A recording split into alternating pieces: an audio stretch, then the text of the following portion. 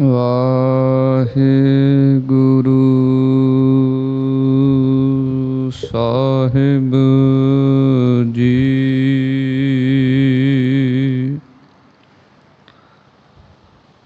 ਇੱਕ ਓੰਕਾਰ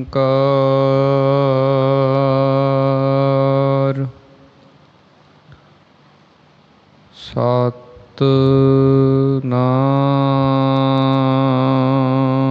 ਕਰਤਾ ਪੁਰਖ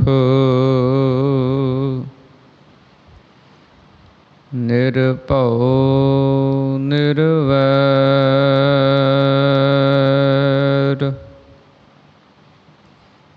ਅਕਾਲ ਮੂਰਤ ਅਜੂਨੀ ਸੈਭੰ ਗੁਰ ਪ੍ਰਸਾਦ ਜਪ। ਆਦਿ ਸੱਚ ਜੁਗਾਦਿ ਸੱਚ ਹੈ ਭੀ ਸੱਚ।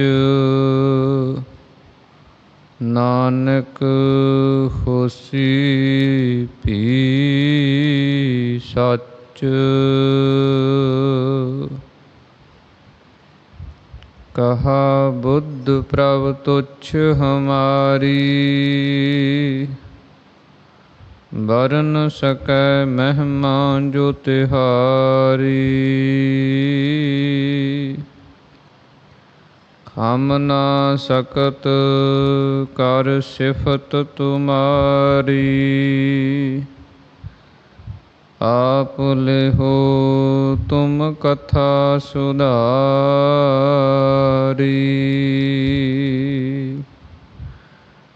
ਮੂਕ ਊਚਰੈ ਸ਼ਾਸਤਰ ਖਟ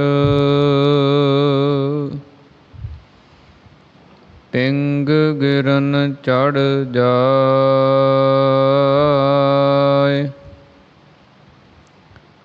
ਅੰਧ ਲਖੈ ਬਦਰੋ ਸੁਣੈ ਜਿਉ ਕਾਲ ਕਿਰਪਾ ਕਰਾਇ।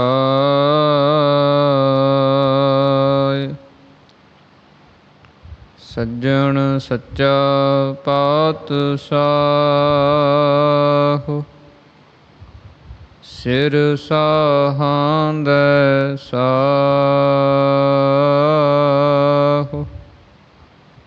ਜਿਸ ਪਾਸ ਬੈਠਿਆ ਸੋਹੀਐ ਸਭਨਾ ਦਾ ਵਿਸਾਹੋ। ਜਿਸ ਪਾਸ ਬੈਠਿਆ ਸੋਹੀਐ ਸਭਨਾ ਦਾ ਵਿਸਾਹੋ।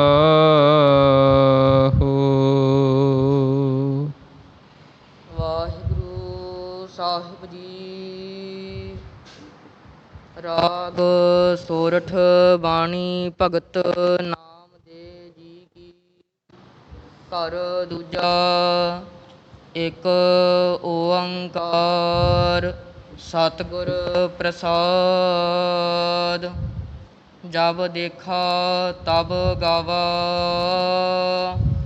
ਤਉ ਜਨ ਧੀਰਜ ਪਾਵਾ। ਜਬ ਦੇਖਾ ਤਬ ਗਾਵਾ ਤਉ ਜਨ ਧੀਰਜ ਪਾਵਾ। ਨਾਦ ਸਮਾਇਲੋ ਰੇ ਸਤਿਗੁਰ ਭੇਟ ਲੈ ਦੇਵਾ। ਰਹਾਉ ਜਹ ਝਿਲ ਮਿਲ ਕਾਰ ਦਿਸੰਤਾ ਤਹ ਅਨਹਦ ਸ਼ਬਦ ਬਜੰਤਾ। ਜੋਤੀ ਜੋਤ ਸਮਾਨੀ ਮੈਂ ਗੁਰ ਪ੍ਰਸਾਦੀ ਜਾਨੀ। ਰਤਨ ਕਮਲ ਕੋਠਰੀ ਚਮਕਾਰ ਬੀਜਲ ਤਹੀ। ਨੇਰੈ ਨਾਹੀ ਦੂਰ, ਨਿਜ ਆਤਮੈ ਰਹਿਆ ਭਰਪੂਰ। ਜਹ ਅਨਹਤ ਸੂਰ ਉਜਿਆਰਾ, ਤਹ ਦੀਪਕ ਜਲੈ ਛੰਛਾਰਾ। ਗੁਰ ਪ੍ਰਸਾਦੀ ਜਾਣਿਆ, ਜਨ ਨਾਮਾ ਸਹਿਜ ਸਮਾਨਿਆ।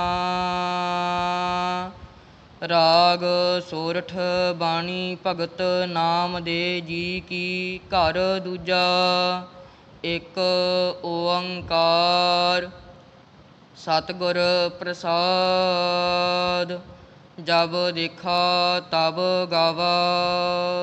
ਵਾਹਿਗੁਰੂ ਜੀ ਕਾ ਖਾਲਸਾ, ਵਾਹਿਗੁਰੂ ਜੀ ਕੀ ਫਤਿਹ। ਸਤਿਗੁਰਾਂ ਦੀ ਸਾਜੀ ਨਵਾਜੀ ਹੋਈ, ਪਰਮ ਸਨਮਾਨ ਅਤੇ ਸਤਿਕਾਰਯੋਗ ਗੁਰੂ ਰੂਪ ਗੁਰੂ ਸਰੂਪ ਖਾਲਸਾ ਸਾਧ ਸੰਗਤ ਜੀਓ।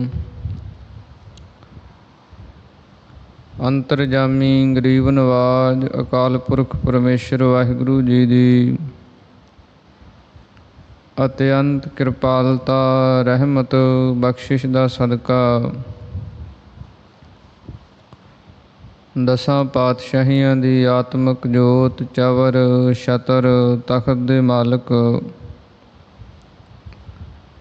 ਜੁਗੋ ਜੁਗ ਅਟਲ ਗੁਰਬਾਣੀ ਸਰੂਪ ਸਤਿਗੁਰੂ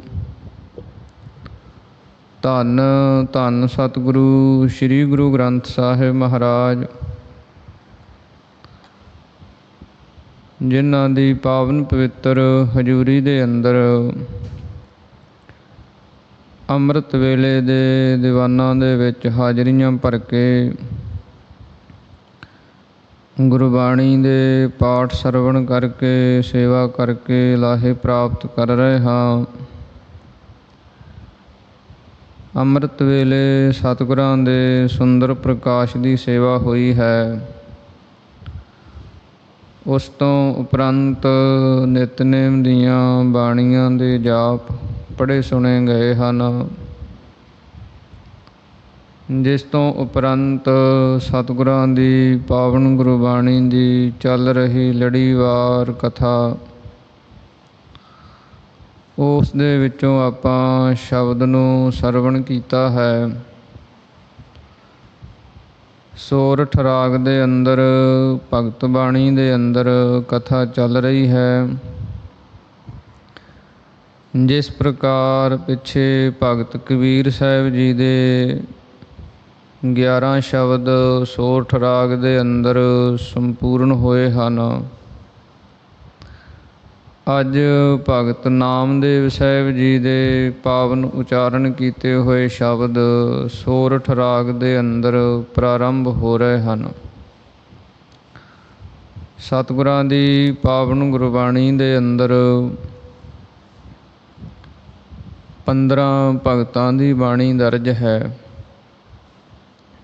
ਜਿਸ ਪ੍ਰਕਾਰ ਭਗਤ ਕਬੀਰ ਸਾਹਿਬ ਜੀ, ਭਗਤ ਰਵਿਦਾਸ ਸਾਹਿਬ ਜੀ, ਭਗਤ ਨਾਮਦੇਵ ਜੀ, ਭਗਤ ਧੰਨਾ ਜੀ, ਭਗਤ ਬੇਣੀ ਜੀ, ਭਗਤ ਸੂਰਦਾਸ ਜੀ, ਭਗਤ ਪੀਪਾ ਜੀ, ਭਗਤ ਪਰਮਾਨੰਦ ਜੀ, ਭਗਤ ਰਾਮਾਨੰਦ ਜੀ, ਇਸੇ ਪ੍ਰਕਾਰ ਹੀ ਸ੍ਰੀ ਗੁਰੂ ਅਰਜਨ ਦੇਵ ਮਹਾਰਾਜ ਜੀ ਨੇ ਜਿਸ ਸਮੇਂ ਭਾਈ ਗੁਰਦਾਸ ਸਾਹਿਬ ਜੀ ਦੇ ਪਾਸੋਂ ਇਹ ਸਾਰੀ ਬਾਣੀ ਲਿਖਵਾਈ, ਬੀੜ ਤਿਆਰ ਕੀਤੀ, ਉਸ ਸਮੇਂ ਸਤਿਗੁਰਾਂ ਨੇ ਸਾਰੀ ਤਰਤੀਬ ਗੁਰਬਾਣੀ ਦੀ ਆਪ ਕੀਤੀ ਹੈ। ਰਾਗਾਂ ਦੀ ਤਰਤੀਬ ਕੀਤੀ ਹੈ, ਫਿਰ ਰਾਗਾਂ ਦੇ ਅੰਦਰ ਬਾਣੀ ਦੀ ਤਰਤੀਬ ਹੈ। ਉਹਦੇ ਵਿੱਚ ਹੀ ਸੋਰਠ ਰਾਗ ਦੇ ਅੰਦਰ ਭਗਤ ਨਾਮਦੇਵ ਜੀ ਦੇ ਉਚਾਰਨ ਕੀਤੇ ਹੋਏ ਸ਼ਬਦ ਅੱਜ ਪ੍ਰਾਰੰਭ ਹੋ ਰਹੇ ਹਨ। ਭਗਤ ਨਾਮਦੇਵ ਜੀ ਇਸ ਪਾਵਨ ਪਵਿੱਤਰ ਸ਼ਬਦ ਦੇ ਰਾਹੀਂ ਉਪਦੇਸ਼ ਬਖਸ਼ਿਸ਼ ਕਰਦੇ ਹਨ।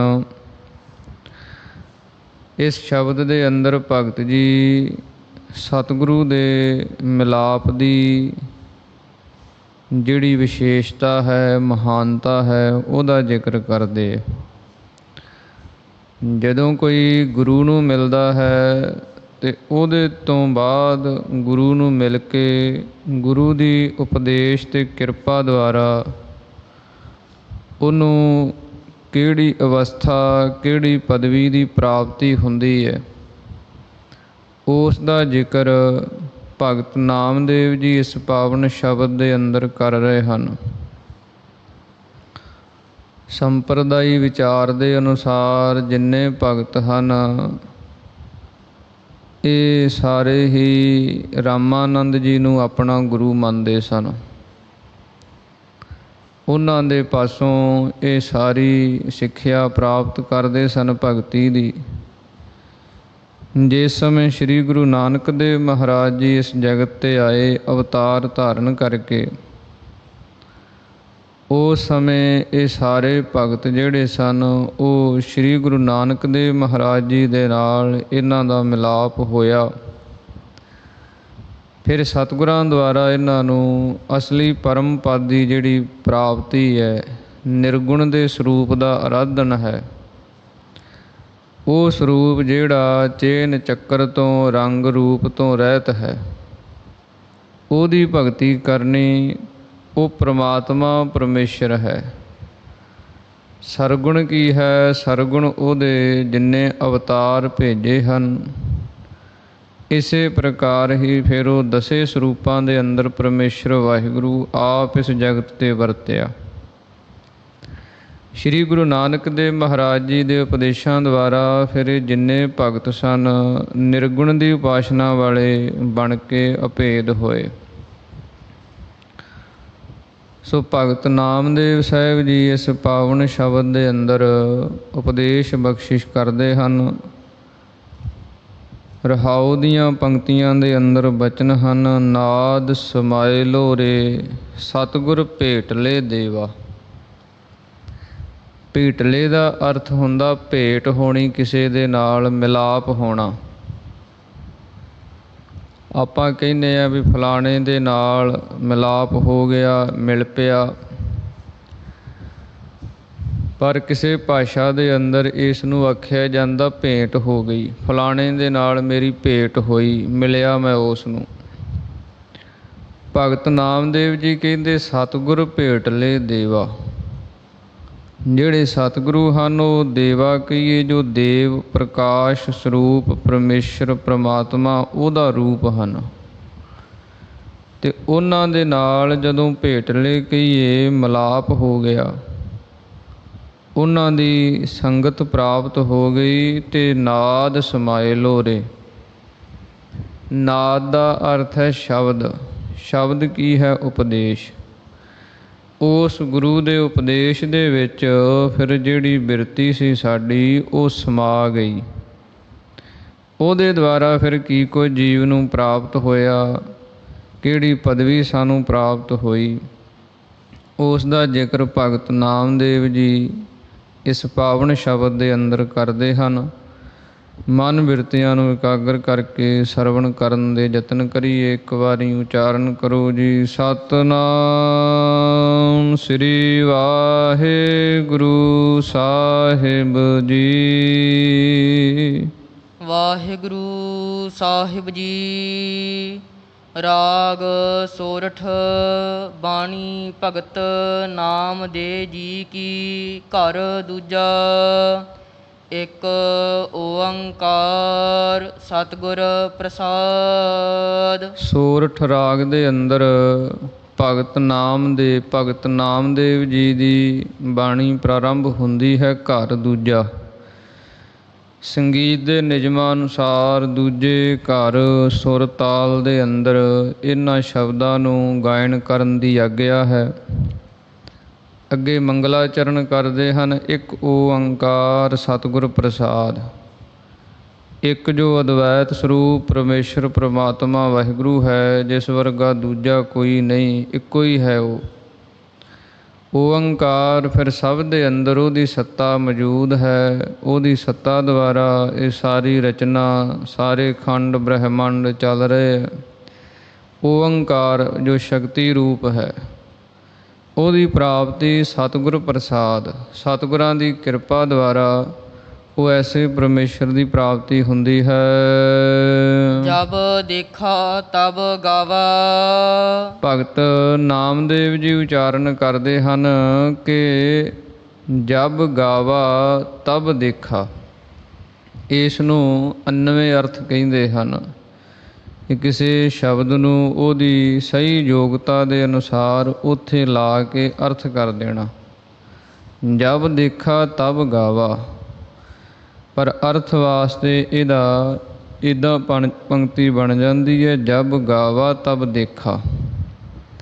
ਭਗਤ ਨਾਮਦੇਵ ਸਾਹਿਬ ਜੀ ਕਹਿੰਦੇ ਹਨ ਕਿ ਜਿਸ ਸਮੇਂ ਅਸੀਂ ਗੁਰੂ ਦੇ ਉਪਦੇਸ਼ ਨੂੰ, ਸ਼ਬਦ ਨੂੰ ਗਾਇਆ, ਉਸ ਸ਼ਬਦ ਦਾ ਅਭਿਆਸ ਕੀਤਾ, ਉਸ ਸ਼ਬਦ ਦੀ ਵਿਚਾਰ ਨੂੰ ਅੰਦਰ ਵਸਾਇਆ, ਤਬ ਦੇਖਾ। ਤਦੋਂ ਫਿਰ ਅਸੀਂ ਉਹ ਪ੍ਰਮਾਤਮਾ, ਪਰਮੇਸ਼ਰ, ਵਾਹਿਗੁਰੂ, ਅਕਾਲ ਪੁਰਖ ਜੋ ਹੈ, ਉਸ ਨੂੰ ਦੇਖਾ ਕਿ ਉਹਦੇ ਦਰਸ਼ਨ ਸਾਨੂੰ ਪ੍ਰਾਪਤ ਹੋ ਗਏ। ਤਉ ਜਨ ਧੀਰਜ ਪਾਵਾ।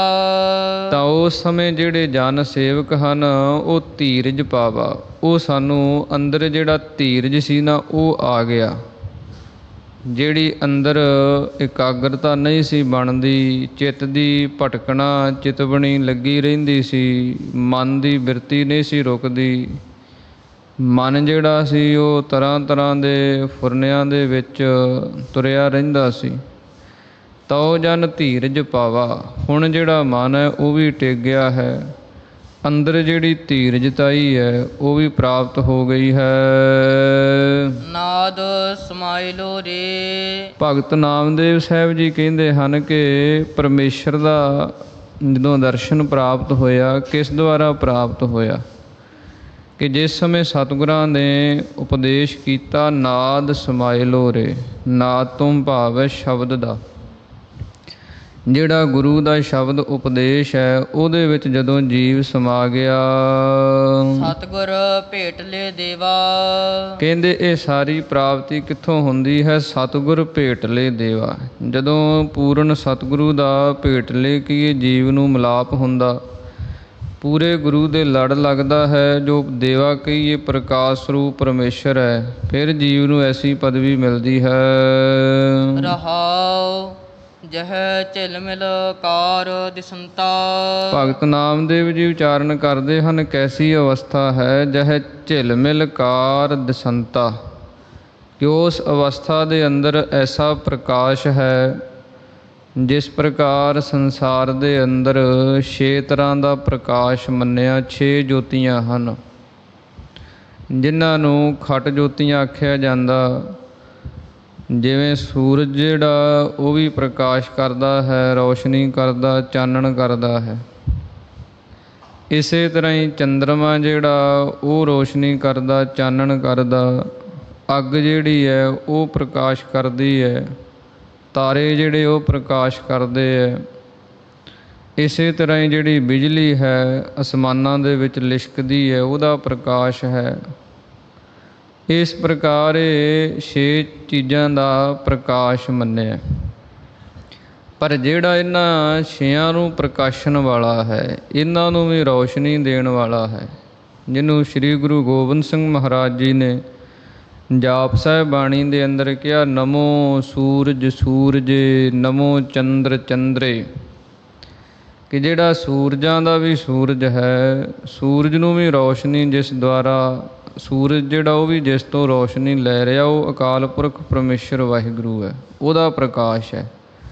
ਇਸੇ ਪ੍ਰਕਾਰ ਹੀ ਨਮੋ ਚੰਦਰ ਚੰਦਰੇ, ਚੰਦਰਮਾ ਦੇ ਅੰਦਰ ਵੀ ਜਿਸ ਦੀ ਰੌਸ਼ਨੀ ਹੈ, ਚਾਨਣ ਹੈ, ਉਹ ਉਸੇ ਅਕਾਲ ਪੁਰਖ ਦੀ ਹੈ।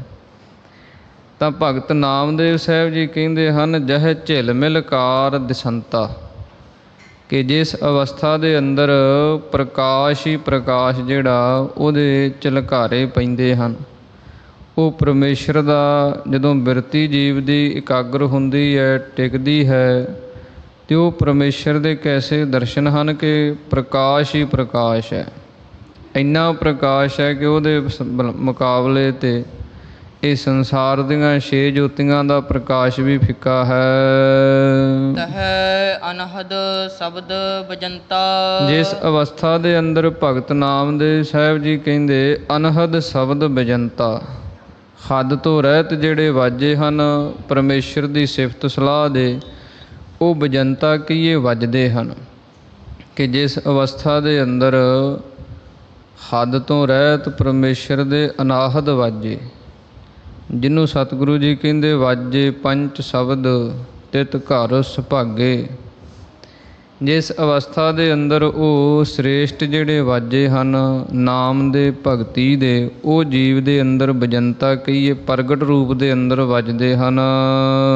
ਜੋਤੀ ਜੋਤ ਸਮਾਨੀ। ਭਗਤ ਜੀ ਕਹਿੰਦੇ ਜਿਹੜੀ ਜੋਤੀ, ਜੋ ਜੋਤੀ ਸਰੂਪ ਅਕਾਲ ਪੁਰਖ ਪਰਮੇਸ਼ਰ ਵਾਹਿਗੁਰੂ ਹੈ, ਜਿਹਦੀ ਜੋਤ ਸਭ ਦੇ ਅੰਦਰ ਪਰਿਪੂਰਨ ਹੈ, ਕੀੜੀ ਤੋਂ ਲੈ ਕੇ ਹਾਥੀ ਪ੍ਰਜੰਤ ਸਭ ਦੇ ਅੰਦਰ ਜਿਸ ਦੀ ਜੋਤ ਹੈ, ਉਹ ਜੋਤ ਸਰੂਪ ਪ੍ਰਕਾਸ਼ ਸਰੂਪ ਪਰਮੇਸ਼ਰ ਦੇ ਅੰਦਰ ਜਿਹੜੀ ਸਾਡੀ ਪਰਤਕ ਜੋਤ ਹੈ, ਉਹ ਜੋਤ ਜਿਹਦੇ ਦੁਆਰਾ ਸਾਡਾ ਸਰੀਰ ਚੱਲ ਰਿਹਾ, ਸਾਡੇ ਸਰੀਰ ਦੇ ਅੰਦਰ ਕੰਮ ਕਰ ਰਹੀ ਹੈ, ਉਹ ਜਿਹੜੀ ਜੋਤ ਅੰਸ਼ ਹੈ, ਉਹ ਜਾ ਕੇ ਪਰਮੇਸ਼ਰ ਵਾਹਿਗੁਰੂ ਦੀ ਪਰਮ ਜੋਤ ਦੇ ਅੰਦਰ ਮਿਲ ਜਾਂਦੀ ਹੈ।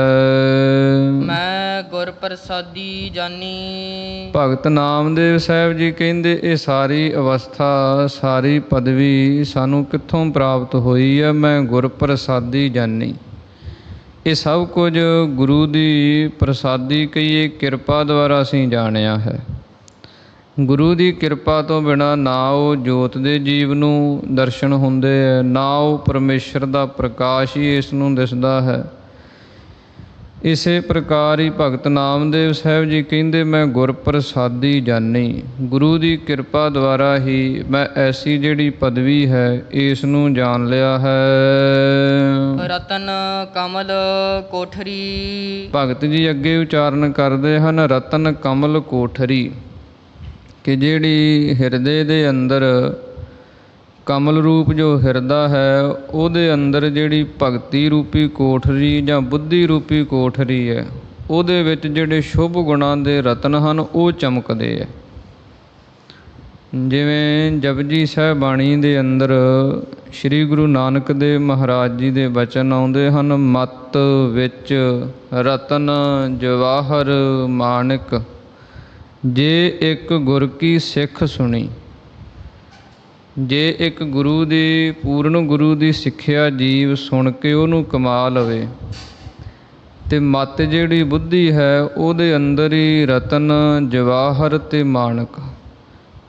ਜਿਵੇਂ ਰਤਨ ਬੜੇ ਕੀਮਤੀ ਹੁੰਦੇ ਹੈ, ਜਵਾਹਰ ਬੜੇ ਕੀਮਤੀ ਹਨ, ਮਾਣਕ ਜਿਹੜੇ ਮੋਤੀ ਬੜੇ ਕੀਮਤੀ ਮੰਨੇ। ਇਸੇ ਤਰ੍ਹਾਂ ਹੀ ਜਿਹੜੇ ਸ਼ੁਭ ਗੁਣ ਹਨ, ਰਤਨ ਤੋਂ ਭਾਵ ਕਹੀਏ ਵਿਰਾਗ, ਜਵਾਹਰ ਤੋਂ ਭਾਵ ਕਹੀਏ ਗਿਆਨ, ਅਤੇ ਮਾਣਕ ਲਾਲ ਤੋਂ ਭਾਵ ਕੀ ਹੈ ਪ੍ਰੇਮ। ਪਰਮਾਤਮਾ ਦੇ ਨਾਲ ਜਿਹੜਾ ਪ੍ਰੇਮ ਪੈਣਾ ਇਹ ਵੀ ਗੁਣ ਹੈ, ਇਹ ਵੀ ਇੱਕ ਮੋਤੀਆਂ ਦੀ ਨਿਆਈ, ਲਾਲਾਂ ਦੀ ਨਿਆਈ ਗਹਿਣਾ ਹੈ। ਇਸੇ ਤਰ੍ਹਾਂ ਹੀ ਜੋ ਪਰਮੇਸ਼ਰ ਦੀ, ਪਰਮਾਤਮਾ ਦੀ ਅਤੇ ਆਤਮਾ ਦੇ ਸੰਬੰਧੀ ਜੋ ਗਿਆਨ ਹੈ ਉਹ ਪ੍ਰਾਪਤ ਹੋ ਜਾਣਾ, ਇਹ ਜਵਾਹਰ ਦੀ ਨਿਆਈ ਹੈ। ਇਸੇ ਤਰ੍ਹਾਂ ਹੀ ਜਿਹੜਾ ਸੰਸਾਰ ਤੋਂ ਵਿਰਾਗ ਹੋਣਾ ਜੀਵ ਦੇ ਅੰਦਰ, ਇਹ ਰਤਨਾਂ ਦੀ ਨਿਆਈ ਹੈ। ਭਗਤ ਨਾਮਦੇਵ ਸਾਹਿਬ ਜੀ ਉਚਾਰਨ ਕਰਦੇ ਹਨ ਰਤਨ ਕਮਲ ਕੋਠਰੀ, ਕਿ ਜਿਹੜਾ ਹਿਰਦੇ ਰੂਪੀ ਕੌਲ ਹੈ, ਕਮਲ ਹੈ, ਉਹਦੇ ਅੰਦਰ ਜੋ ਬੁੱਧੀ ਰੂਪੀ ਕੋਠਰੀ ਹੈ, ਉਹਦੇ ਅੰਦਰ ਇਹ ਰਤਨ ਜਵਾਹਰ ਮਾਣਕ, ਸ਼ੁਭ ਗੁਣ ਜਿਹੜੇ ਵਿਰਾਗ, ਗਿਆਨ ਅਤੇ ਪ੍ਰੇਮ, ਇਹ ਚੰਗੇ ਗੁਣ ਜਿਹੜੇ ਰਤਨਾਂ ਦੀ ਨਿਆਈ ਪ੍ਰਕਾਸ਼ ਰਹੇ ਹਨ।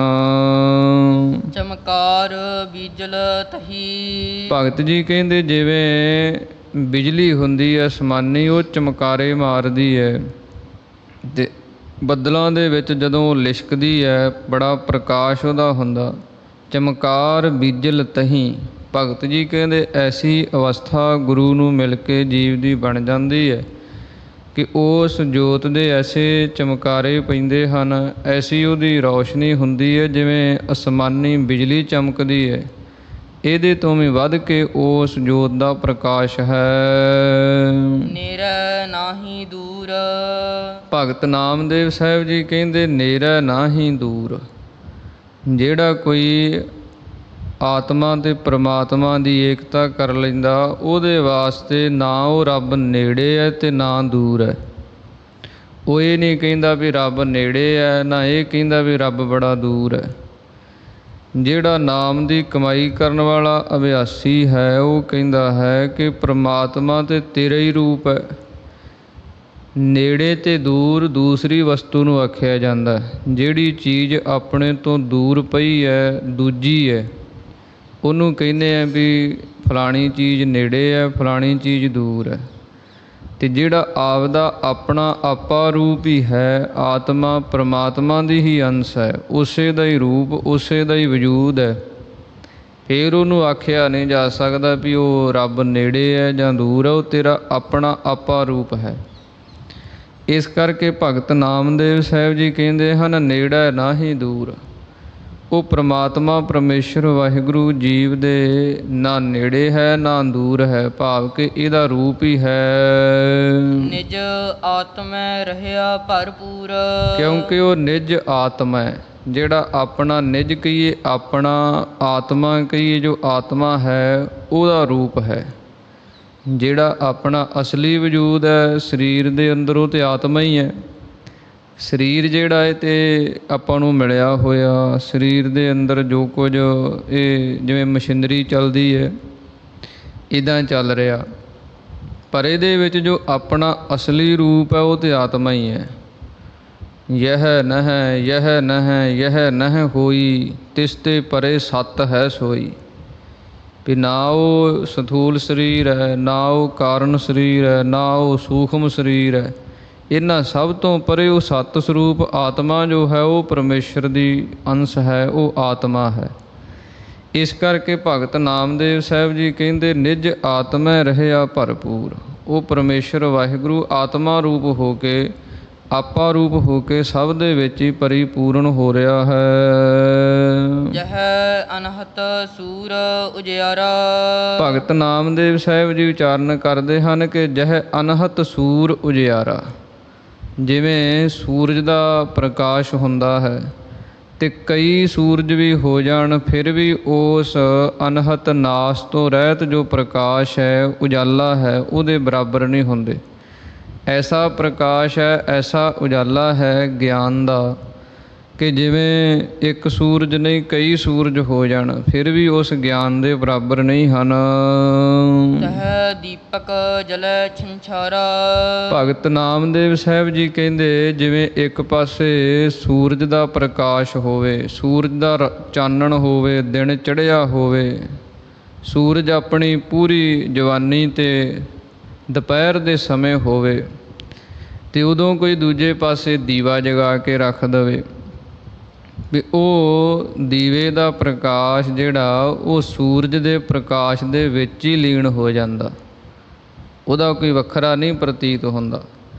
ਇਸੇ ਤਰ੍ਹਾਂ ਹੀ ਤਾਂ ਹੈ ਦੀਪਕ ਜਲੈ ਸੰਸਾਰਾ। ਜਦੋਂ ਆਪਣੇ ਆਤਮਾ ਦਾ ਜੀਵ ਨੂੰ ਗਿਆਨ ਹੁੰਦਾ, ਪ੍ਰਕਾਸ਼ ਹੁੰਦਾ, ਫਿਰ ਉਹਦੇ ਸਾਹਮਣੇ ਜਿੰਨੇ ਸ਼ਾਸਤਰੀ ਗਿਆਨ ਹਨ, ਵੇਦਾਂ ਸ਼ਾਸਤਰਾਂ ਦੇ, ਹੋਰ ਧਾਰਮਿਕ ਪੁਸਤਕਾਂ ਦੇ, ਇਹ ਜਿੰਨੇ ਗਿਆਨ ਹਨ ਇਹ ਸਾਰੇ ਦੀਵੇ ਦੀ ਨਿਆਈ ਉਸੇ ਪ੍ਰਕਾਸ਼ ਦੇ ਵਿੱਚ ਹੀ, ਆਤਮਾ ਦੇ ਗਿਆਨ ਦੇ ਵਿੱਚ ਹੀ ਲੀਨ ਹੋ ਜਾਂਦੇ ਹਨ। ਗੁਰ ਪ੍ਰਸਾਦੀ ਜਾਣਿਆ। ਭਗਤ ਨਾਮਦੇਵ ਸਾਹਿਬ ਜੀ ਕਹਿੰਦੇ ਇਹ ਸਾਰੀ ਅਵਸਥਾ ਨੂੰ ਅਸੀਂ ਗੁਰੂ ਦੀ ਕਿਰਪਾ ਦੁਆਰਾ ਜਾਣਿਆ ਹੈ। ਜਨ ਨਾਮਾ ਸਹਿਜ ਸਮਾਨਿਆ। ਅਤੇ ਅਸੀਂ ਜੋ ਸਹਿਜ ਆਤਮਿਕ ਅਡੋਲ ਅਵਸਥਾ ਹੈ ਉਸ ਦੇ ਵਿੱਚ ਸਮਾਨਿਆ ਕਹੀਏ, ਸਮਾ ਗਏ ਹਾਂ, ਅਭੇਦ ਹੋ ਗਏ ਹਾਂ। ਘਰ ਚੌਥਾ ਸੋਰਠ ਪਾੜ ਪੜੋਸਣ ਪੂਛ ਲੈ ਨਾਮਾ। ਅਗਲੇ ਸ਼ਬਦ ਦੇ ਅੰਦਰ ਭਗਤ ਨਾਮਦੇਵ ਜੀ ਘਰ ਚੌਥਾ ਸੋਰਠ, ਚੌਥੇ ਘਰ ਸੁਰ ਤਾਲ ਦੇ ਅੰਦਰ ਸ਼ਬਦ ਉਚਾਰਨ ਕਰਦੇ ਹਨ ਕਿ ਇੱਕ ਸਮੇਂ ਭਗਤ ਨਾਮਦੇਵ ਜੀ ਛਪਰੀ ਦੇ ਵਿੱਚ ਰਹਿੰਦੇ ਸਨ, ਛੰਨ ਦੇ ਵਿੱਚ। ਕੀ ਹੋਇਆ ਵੀ ਉਹ ਛੰਨ ਸੀ ਜਿਹੜੀ ਉਹ ਖਸਤਾ ਹਾਲਤ ਦੇ ਵਿੱਚ ਚਲੀ ਗਈ, ਉੱਤੋਂ ਜਿਹੜਾ ਕੋਈ ਸਰਕੜਾ ਪਾਇਆ ਸੀ ਉਹ ਵੀ ਖਰਾਬ ਹੋ ਗਿਆ। ਛੰਨ ਦੇ ਵਿੱਚ ਦੀ ਜਦੋਂ ਕੋਈ ਮੀਂਹ ਪੈਂਦਾ ਤੇ ਪਾਣੀ ਆਉਣ ਲੱਗ ਪਿਆ। ਭਗਤ ਨਾਮਦੇਵ ਜੀ ਦੀ ਮਾਤਾ ਕਹਿਣ ਲੱਗੀ ਵੀ ਨਾਮਾ ਜੀ ਤੁਸੀਂ ਛੰਨ ਨੂੰ ਦੁਬਾਰੇ ਬਣਾਉਣ ਦਾ ਕੋਈ ਪ੍ਰਬੰਧ ਕਰੋ, ਕੋਈ ਸਰਕੜਾ ਜਿਹੜਾ ਉਹ ਵੱਢ ਕੇ ਲਿਆਓ ਤੇ ਨਾਲ ਹੀ ਜਿਹੜਾ ਕੋਈ ਛੰਨ ਬੰਨ੍ਹਣ ਵਾਲਾ ਕਾਰੀਗਰ ਹੈ ਉਹ ਲੈ ਕੇ ਆਓ, ਛੰਨ ਜਿਹੜੀ ਦੁਬਾਰੇ ਬਣਾਈਏ। ਭਗਤ ਨਾਮਦੇਵ ਜੀ ਦਾਤਰੀ ਹੱਥ ਦੇ ਵਿੱਚ ਲੈ ਕੇ ਤੇ ਵੱਢਣ ਚਲੇ ਗਏ। ਤੇ ਜਦੋਂ ਜਾ ਕੇ ਜਿਹੜਾ ਸਰਕੜਾ ਹੁੰਦਾ ਤਰੇਲ ਪਈ ਹੋਈ ਉਹਦੇ ਉੱਤੇ, ਜਦੋਂ ਉਸ ਨੂੰ ਵੱਢਣ ਲੱਗੇ ਤਾਂ ਉਹਦੇ ਵਿੱਚੋਂ ਤਰੇਲ ਦੇ ਜਿਹੜੇ ਤੁਪਕੇ ਆ ਪਾਣੀ ਦੇ ਉਹ ਥੱਲੇ ਡਿੱਗੇ। ਤੇ ਭਗਤ ਨਾਮਦੇਵ ਜੀ ਕਹਿਣ ਲੱਗੇ ਵੀ ਇਹਦੇ ਵਿੱਚ ਪਰਮੇਸ਼ਰ ਦੀ ਸੱਤਾ ਹੈ, ਪਰਮਾਤਮਾ ਹੈ, ਇਹਦੇ ਵਿੱਚ ਵੀ ਜੀਵ ਆਤਮਾ ਹੈ, ਇਸ ਕਰਕੇ ਇਹਨੂੰ ਵੱਢਦੇ ਆ, ਇਸ ਕਰਕੇ ਰੋਂਦਾ ਵੀ ਇਹਦੇ 'ਚੋਂ ਪਾਣੀ ਡਿੱਗਦਾ। ਕਹਿੰਦੇ ਵੀ ਆਪਾਂ ਆਪਦੇ ਦੇਖਦੇ ਹਾਂ ਪਰਖ ਕੇ ਵੀ ਪੀੜ ਲੱਗਦੀ ਹੈ। ਭਗਤ ਨਾਮਦੇਵ ਜੀ ਨੇ ਆਪਣੇ ਲੱਤ ਦੇ ਉੱਤੇ ਦਾਤਰੀ ਫੇਰੀ, ਲਹੂ ਨਿਕਲਿਆ, ਪੀੜ ਹੋਈ। ਕਹਿਣ ਲੱਗੇ ਵੀ ਜੇ ਮੈਨੂੰ ਹੁੰਦੀ ਇਹਨੂੰ ਵੀ ਹੁੰਦੀ ਹੋਏਗੀ। ਤੇ ਉੱਥੇ ਹੀ ਦਾਤਰੀ ਸੁੱਟ ਕੇ ਤੇ ਪਰਮੇਸ਼ਰ ਦੇ ਧਿਆਨ ਵਿੱਚ ਬੈਠ ਗਏ। ਪ੍ਰਮਾਤਮਾ ਪਰਮੇਸ਼ਰ ਵਾਹਿਗੁਰੂ ਹੁਣ ਤੂੰ ਹੀ ਕਰ। ਭਗਤ ਜਿਹੜੇ ਹੈ ਉਹਨਾਂ ਦਾ ਸੁਭਾਅ ਐਸਾ ਹੀ ਹੁੰਦਾ, ਉਹਨਾਂ ਦੀ ਭਗਤੀ ਐਸੀ ਹੁੰਦੀ ਹੈ। ਪਰਮੇਸ਼ਰ ਦੇ ਨਾਲ ਉਹਨਾਂ ਦੀਆਂ ਪ੍ਰੇਮ ਦੀਆਂ ਖੇਡਾਂ ਐਸੀਆਂ ਹੀ ਹੁੰਦੀਆਂ ਜਿਹੜੀਆਂ ਸਮਝ ਨਹੀਂ ਆਉਂਦੀਆਂ। ਉਸੇ ਸਮੇਂ ਭਗਤ ਜੀ ਸਭ ਕੁਝ ਛੱਡ ਕੇ ਬੈਠ ਗਏ ਵੀ ਤੂੰ ਜਾਣੇ ਪਰਮੇਸ਼ਰ, ਤੇਰਾ ਕੰਮ ਹੈ। ਜਦੋਂ ਪ੍ਰਮਾਤਮਾ ਪਰਮੇਸ਼ਰ ਵਾਹਿਗੁਰੂ ਨੇ ਦੇਖਿਆ ਵੀ ਭਗਤ ਜਿਹੜਾ ਉਹ ਜਿਸ ਕਾਰਜ ਲਈ ਆਇਆ ਉਹ ਤੇ ਛੱਡ ਦਿੱਤਾ ਇਸ ਨੇ, ਕਹਿੰਦੇ ਭਗਤ ਦਾ ਕਾਰਜ ਕਰਨ ਵਾਸਤੇ ਪਰਮੇਸ਼ਰ ਵਾਹਿਗੁਰੂ ਇੱਕ ਵਾਢੀ ਦਾ ਕਾਰੀਗਰ ਦਾ ਰੂਪ ਲੈ ਕੇ ਘਰ ਦੇ ਵਿੱਚ ਆਏ। ਤੇ ਭਗਤ ਨਾਮਦੇਵ ਜੀ ਦੀ ਮਾਤਾ ਨੂੰ ਐ ਵੀ ਮੇਰੇ ਪੁੱਤਰ ਨੇ ਭੇਜਿਆ ਕੋਈ ਕਾਰੀਗਰ। ਤੇ ਪਰਮੇਸ਼ਰ ਨੇ ਸਾਰੀ ਛੰਨ ਸੀ ਜਿਹੜੀ ਉਹ ਇਸ ਤਰੀਕੇ ਦੇ ਨਾਲ ਬਣਾਈ ਵੀ ਹੋਰ ਜਿੰਨੀਆਂ ਛੰਨਾਂ ਸਨ, ਛੱਪਰੀਆਂ ਸਨ, ਉਹ ਕਿਸੇ ਦੇ ਨਾਲ ਮਿਲੇ ਹੀ ਨਾ। ਇਸ ਢੰਗ ਤਰੀਕੇ ਨਾਲ ਬਣਾਈ ਵੀ ਉਹ ਬੜੀ ਸੁੰਦਰ ਲੱਗੇ, ਬੜੀ ਸੋਹਣੀ ਲੱਗੇ।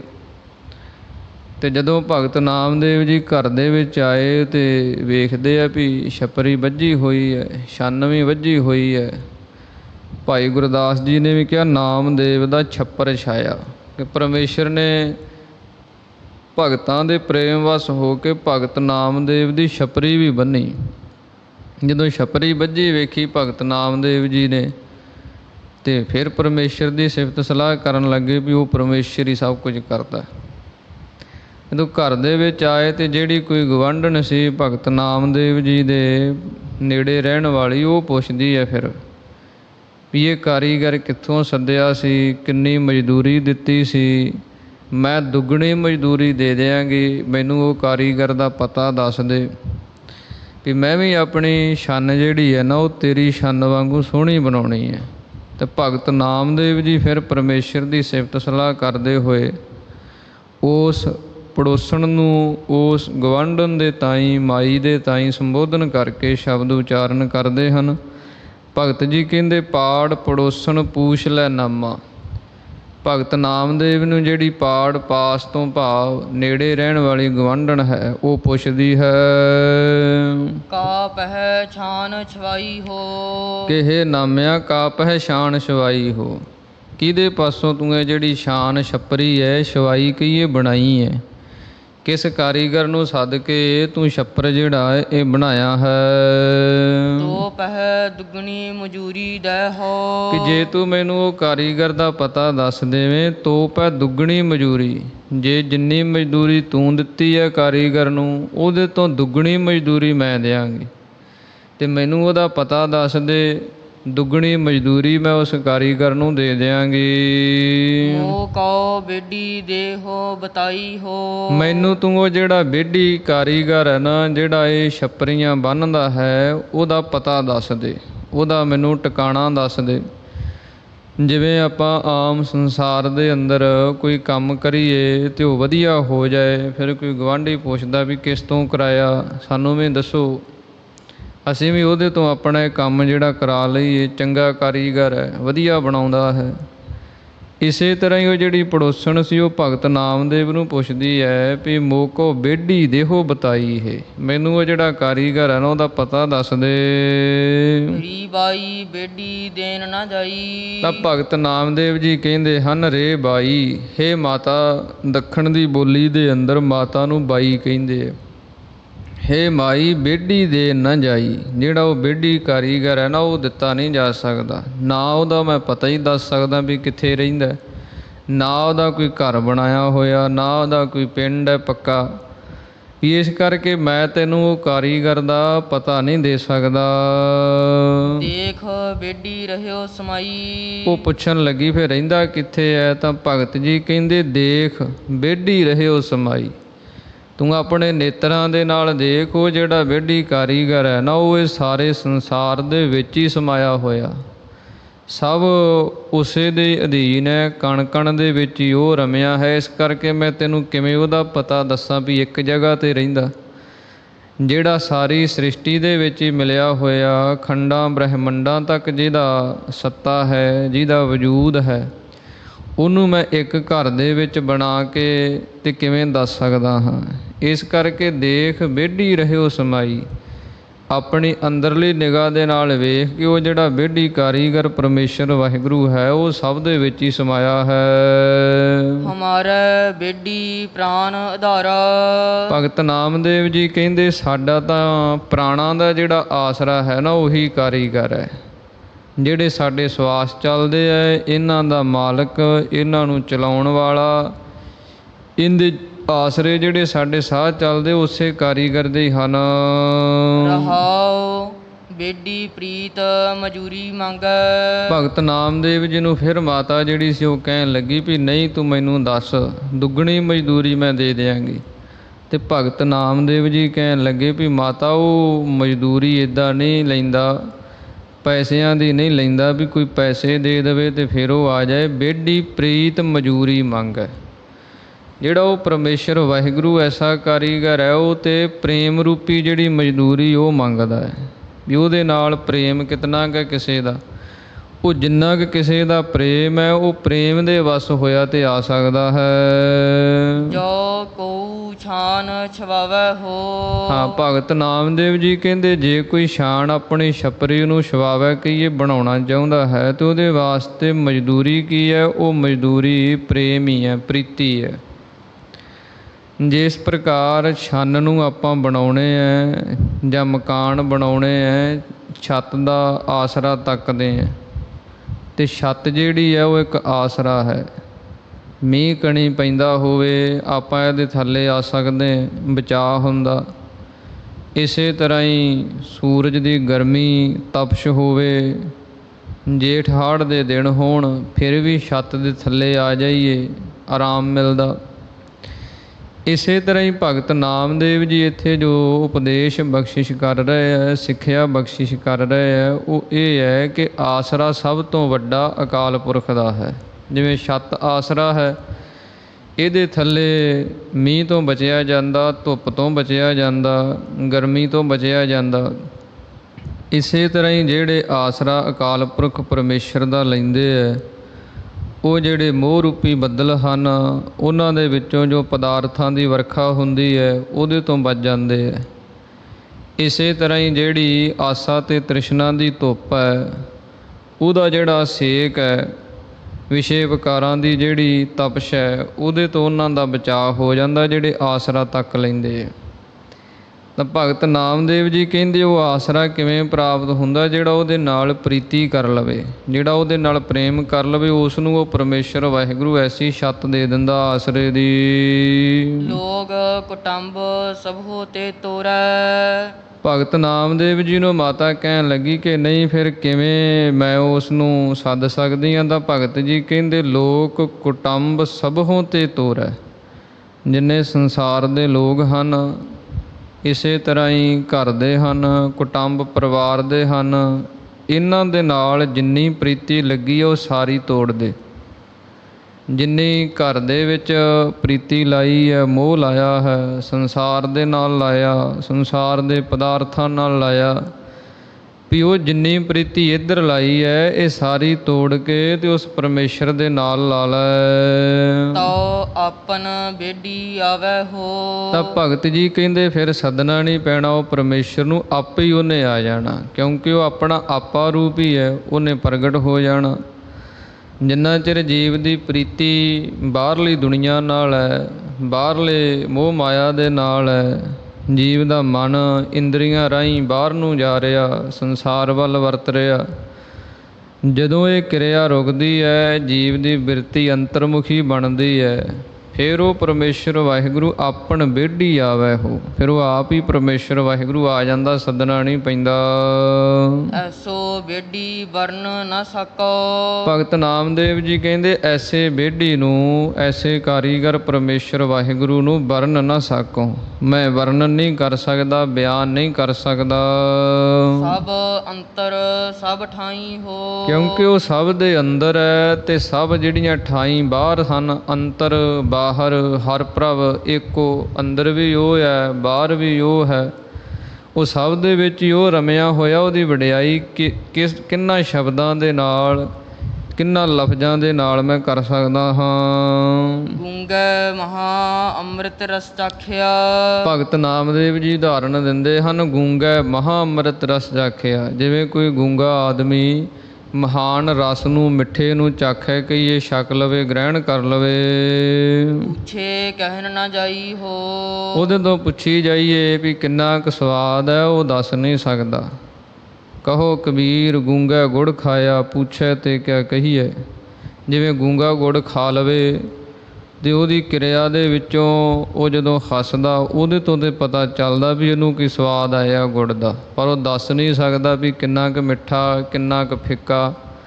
ਇਸੇ ਤਰ੍ਹਾਂ ਹੀ ਭਗਤ ਨਾਮਦੇਵ ਜੀ ਨੂੰ ਮਾਤਾ ਪੁੱਛਦੀ ਹੈ ਵੀ ਉਹਦੇ ਬਾਰੇ ਦੱਸ ਕੁਛ, ਕਾਰੀਗਰ ਬਾਰੇ ਜਿੱਤੋਂ ਤੂੰ ਛੱਪਰੀ ਬਣਾਈ ਹੈ। ਤਾਂ ਭਗਤ ਨਾਮਦੇਵ ਜੀ ਕਹਿੰਦੇ ਕਿ ਮਾਤਾ ਉਹਦੇ ਬਾਰੇ ਦੱਸਿਆ ਨਹੀਂ ਜਾ ਸਕਦਾ। ਜਿਵੇਂ ਕੋਈ ਗੂੰਗਾ ਗੁੜ ਖਾ ਲਵੇ ਅਤੇ ਉਹ ਰਸ ਨੂੰ ਫਿਰ ਉਹ ਬਿਆਨ ਨਹੀਂ ਕਰ ਸਕਦਾ। ਬੇਡੀ ਕੇ ਗੁਣ ਸੁਨ ਰੀ ਬਾਈ। ਜਦੋਂ ਮਾਤਾ ਨੇ ਕਿਹਾ ਵੀ ਨਹੀਂ ਇੱਦਾਂ ਕੁਝ ਪਤਾ ਨਹੀਂ ਚੱਲਦਾ, ਜੇ ਤੇ ਦੱਸਣਾ ਉਹਦੇ ਬਾਰੇ ਕੁਝ ਨਾ ਕੁਝ ਦੱਸ। ਫਿਰ ਭਗਤ ਨਾਮਦੇਵ ਜੀ ਨੇ, ਜੋ ਪਰਮੇਸ਼ਰ ਨੇ ਸਰਗੁਣ ਰੂਪ ਧਾਰਨ ਕੀਤੇ ਹੈ, 24 ਅਵਤਾਰ ਧਾਰਨ ਕੀਤੇ ਹਨ ਸਰਗੁਣ ਰੂਪ ਦੇ ਅੰਦਰ, ਉਹਨਾਂ ਦੇ ਵਿੱਚੋਂ ਉਦਾਹਰਣ ਦਿੰਦੇ ਹਨ ਕਿ ਬੇਢੀ ਕੇ ਗੁਣ ਸੁਣ ਰੀ ਬਾਈ। ਹੇ ਮਾਤਾ, ਉਸ ਅਕਾਲ ਪੁਰਖ ਪਰਮੇਸ਼ਰ ਵਾਹਿਗੁਰੂ ਦੇ ਜਿਹੜੇ ਗੁਣ ਹਨ, ਪਰਉਪਕਾਰ ਹਨ, ਉਹ ਸੁਣ ਤੈਨੂੰ ਦੱਸਦੇ ਹਾਂ। ਜਲਦ ਬਾਂਧ ਧਰੂ ਥਾਪਿਓ ਹੋ। ਕਿ ਜਲਦ ਬਾਂਧ, ਜਿਸ ਸਮੇਂ ਤ੍ਰੇਤੇ ਯੁੱਗ ਦੇ ਅੰਦਰ ਭਗਵਾਨ ਰਾਮ ਚੰਦਰ ਜੀ ਹੋਏ ਅਤੇ ਜਿਹੜੀ ਸੀਤਾ ਸੀ ਉਸ ਨੂੰ ਰਾਵਣ ਹਰਨ ਕਰਕੇ ਲੈ ਗਿਆ ਲੰਕਾ ਦੇ ਅੰਦਰ, ਤਾਂ ਉਸ ਸਮੇਂ ਜਦੋਂ ਸਮੁੰਦਰ ਤੋਂ ਪਾਰ ਹੋਣ ਵਾਸਤੇ, ਕਿ ਸਾਹਮਣੇ ਸਮੁੰਦਰ ਹੈ, ਲੰਕਾ ਪਾਰ ਹੈ, ਅਤੇ ਪਾਰਲੇ ਕਿਨਾਰੇ ਜਾਣ ਵਾਸਤੇ, ਉਹ ਸਮੁੰਦਰ ਤੋਂ ਤਰਨ ਵਾਸਤੇ, ਅਤੇ ਰਾਮ ਦਾ ਨਾਮ ਲਿਖ ਕੇ ਪੱਥਰ ਸੁੱਟੇ, ਨਲ ਅਤੇ ਨੀਲ ਨੇ ਉਹ ਪਾਣੀ 'ਤੇ ਤਰਨ ਲੱਗ ਪਏ। ਅਤੇ ਉਸ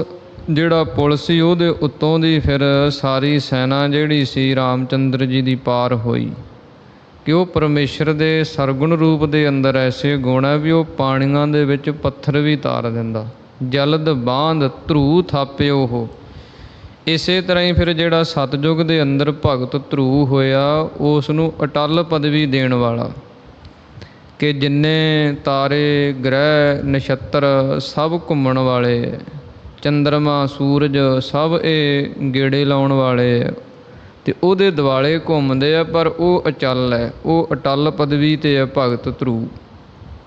ਭਗਤ ਨਾਮਦੇਵ ਜੀ ਕਹਿੰਦੇ ਕਿ ਜਿਸ ਪਰਮੇਸ਼ਰ ਨੇ ਸਮੁੰਦਰ ਦੇ ਉੱਤੇ ਪੁਲ ਬਣਾ ਕੇ ਰਾਮ ਚੰਦਰ ਜੀ ਦੇ ਰੂਪ ਦੇ ਅੰਦਰ ਸੈਨਾ ਪਾਰ ਕੀਤੀ, ਰਾਵਣ ਦਾ ਅੰਤ ਕੀਤਾ, ਇਸੇ ਪ੍ਰਕਾਰ ਹੀ ਭਗਤ ਧਰੂ ਜੀ ਨੂੰ ਅਚਲ ਪਦਵੀ ਜਿਹੜੀ ਬਖਸ਼ ਦਿੱਤੀ।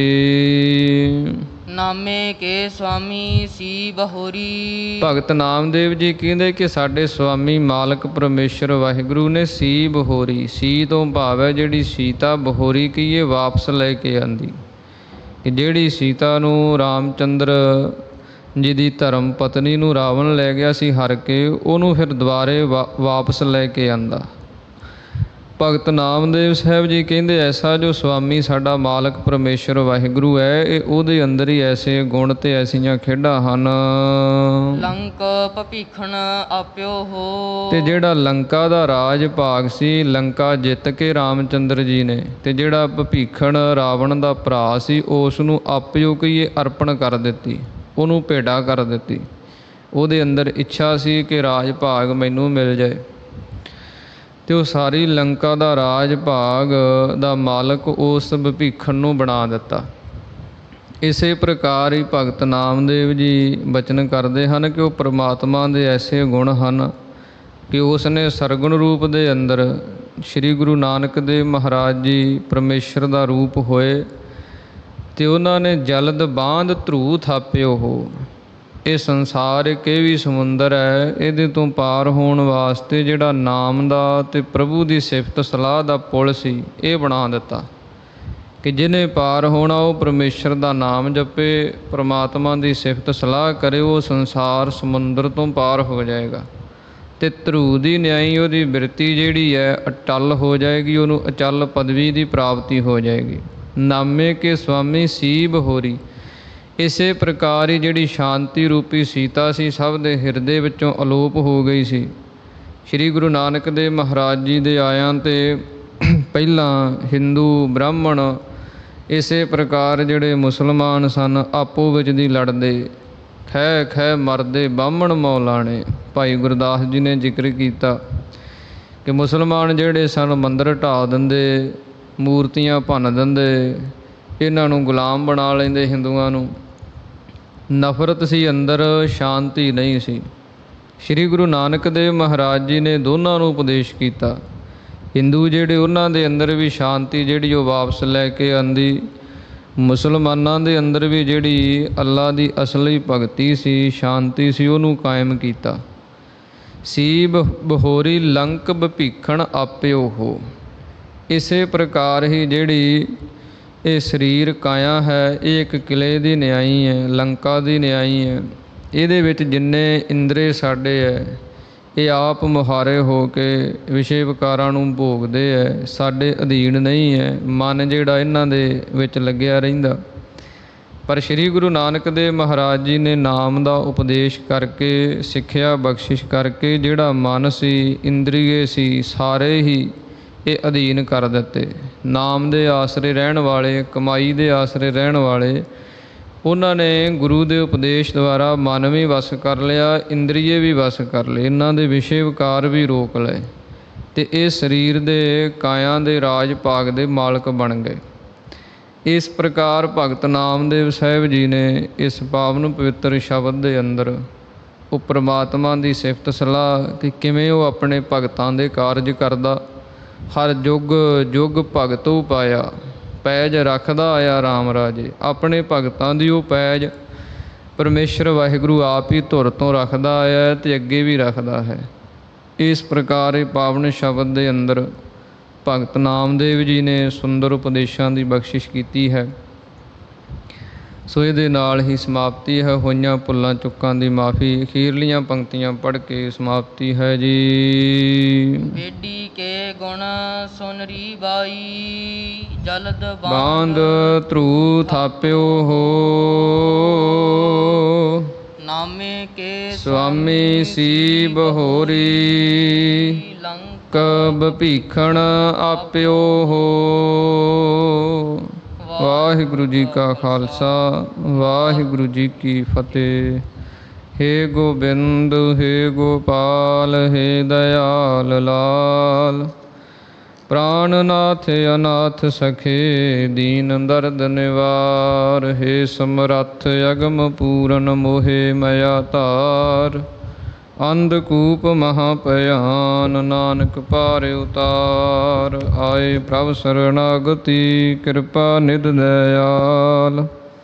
ਏਕ ਅੱਖਰ ਹਰ ਮਨ ਬਸਤੁ, ਨਾਨਕ ਹੋਤ ਨਿਹਾਲ। ਜਲ ਥਲ ਮਹੀਅਲ ਪੂਰਿਆ, ਸੁਆਮੀ ਸਿਰਜਣਹਾਰ। ਅਨਕ ਭਾਂਤ ਹੋਏ ਪਸਰਿਆ, ਨਾਨਕ ਏਕ ਓੰਕਾਰ। ਵਾਹਿਗੁਰੂ ਨਾਮ ਜਹਾਜ ਹੈ, ਚੜ੍ਹੇ ਸੋ ਉਤਰੇ ਪਾਰ। ਜੋ ਸ਼ਰਧਾ ਕਰ ਸੇਵੰਦੇ, ਪਾਰ ਉਤਾਰਨਹਾਰ। ਜੋ ਸ਼ਰਧਾ ਕਰ ਸੇਵੰਦੇ, ਪਾਰ ਉਤਾਰਨਹਾਰ। ਤੂੰ ਠਾ